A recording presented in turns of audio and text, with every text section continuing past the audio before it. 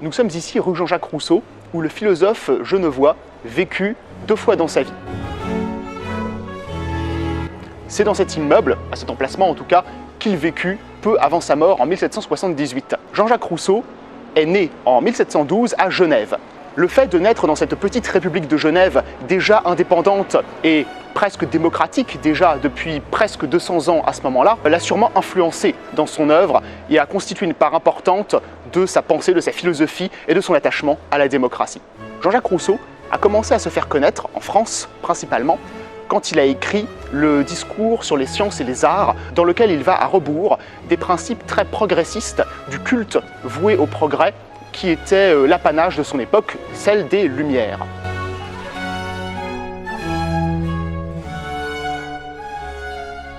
Plus tard, il écrira celui qu'on appelle le second discours, le discours sur l'origine et les fondements de l'inégalité parmi les hommes, dans lequel il commence à exposer ses vues sur la propriété, sur l'état de nature qui pour lui était l'âge d'or de l'humanité, et ensuite est tombé en décadence par la naissance de la propriété et donc des inégalités.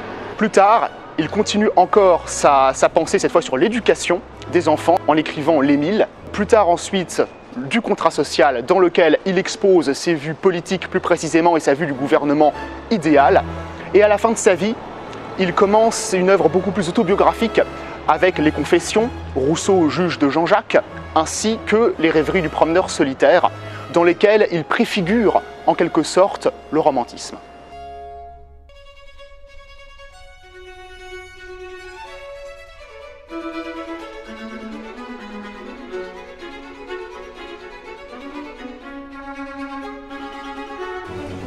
Jean-Jacques Rousseau a défendu une théorie particulière à son époque, celle de la démocratie directe. En effet, il considérait qu'il fallait que le peuple dans son entier puisse prendre les grandes décisions qui le concernent. Pour lui, le système représentatif était juste un transfert d'esclavage. Une fois qu'on avait fini de voter, les représentants devenaient les nouveaux maîtres et le peuple redevenait l'esclave.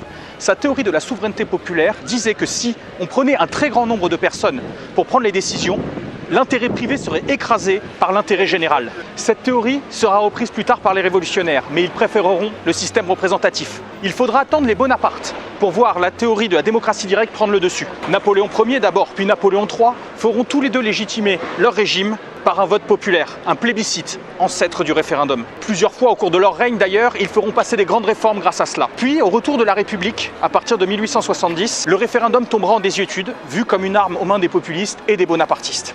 Il faudra attendre 1946 pour la création de la 4ème République et surtout 1958, quand le général de Gaulle fera du référendum l'instrument central du lien entre le chef de l'État et le peuple. En effet, pour de Gaulle, le Parlement devait être minimisé au profit d'un lien direct entre le président de la République et la population française, la nation française, qui devra renouveler sa confiance par le référendum. C'est dans la même veine qu'on élit le président de la République directement par le peuple et non pas par un collège électoral. Ces référendums marqueront tout le mandat de Charles de Gaulle, mais petit à petit diminueront avec ses successeurs. Le dernier référendum connu est celui de 2005, où on vit le non à la Constitution européenne l'emporter par 55% des voix. À partir de là, les dirigeants successifs de la France auront peur de cette méthode, peur d'être désavoués par le peuple.